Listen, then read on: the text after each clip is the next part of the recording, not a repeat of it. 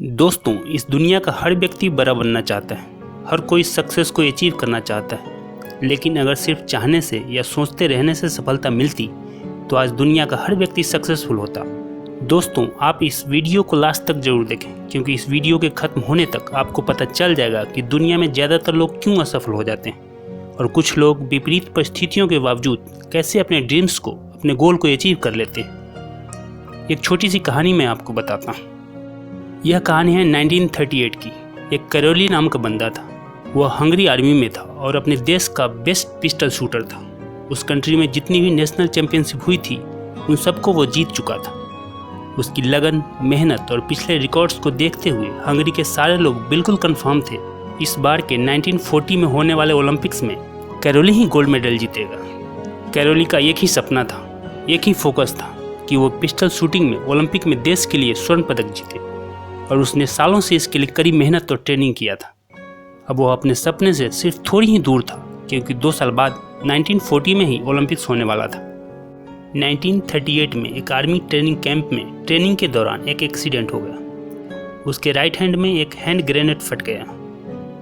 जिस हाथ को वो वर्षों से ट्रेन किया था, जिस हाथ से उसे गोल्ड जीतना था, इस हादसे में कैरोली का दाहिना हाथ चला गया। जो उसका सपना था, जो उसका गोल था, जो एम था, जो लक्ष्य था, फोकस था, सब खत्म।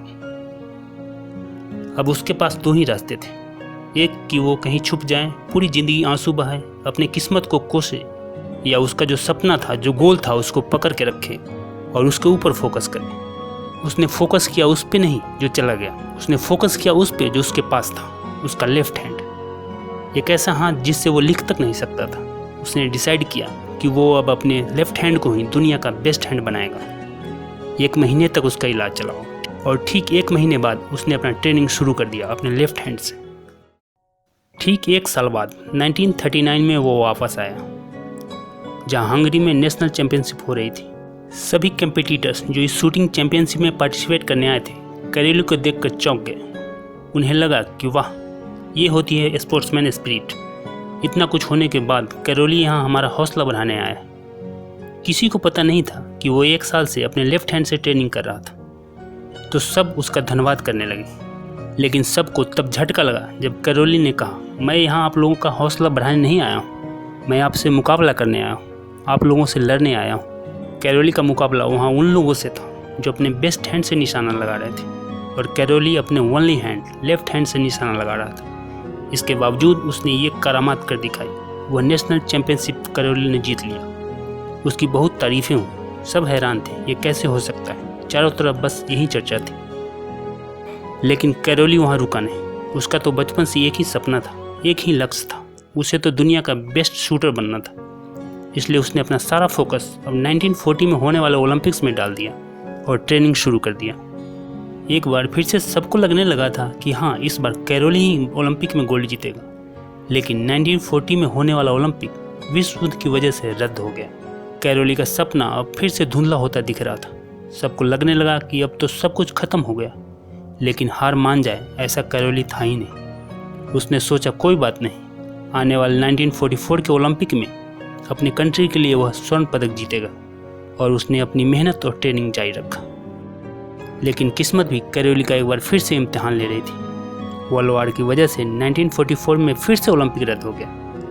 अब लोगों ने सोच लिया था कि कैरोली का सपना ही रहेगा और वो शायद कभी हकीकत नहीं बन पाएगा।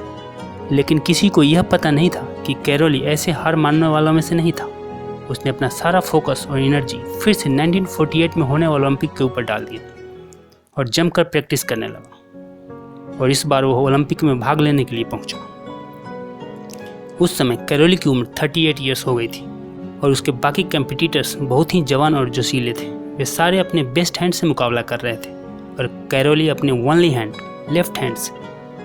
फिर भी कैरोली ने उनका मुकाबला किया और आप जानते हैं कौन जीता? Caroli, the man with only hand. वह यहीं तक नहीं रुका। 4 साल बाद 1952 में फिर से उसने ओलंपिक में हिस्सा लिया और इस बार गोल्ड मेडल कौन जीता? The man with only hand, Caroli. हाँ, उसने कर दिखाया। उसने ओलंपिक की हिस्ट्री को ही बदल कर रख दिया।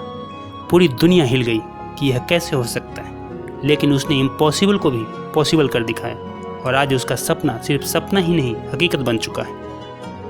दोस्तों, अगर आप भी सक्सेस को अचीव करना चाहते हैं, बड़ा बनना चाहते हैं, अपने ड्रीम्स को, अपने सपने को साकार करना चाहते हैं, अगर आपके सपने में जान है, अगर आपको अपने सपने पर पूरा यकीन है, तो परिस्थितियाँ कितनी भी विपरीत क्यों न हो, आपको कभी भी हार नहीं माननी चाहिए।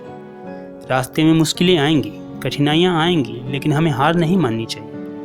अपने लक्ष्य पर अडिग रहना चाहिए। हमें न रुकना चाहिए, न झुकना चाहिए, न थकना चाहिए। अपने सपने के प्रति जो दीवानगी है, जो जुनून है, उसे बरकरार रखते हुए पॉजिटिव सोच के साथ निरंतर प्रयास करते रहना चाहिए।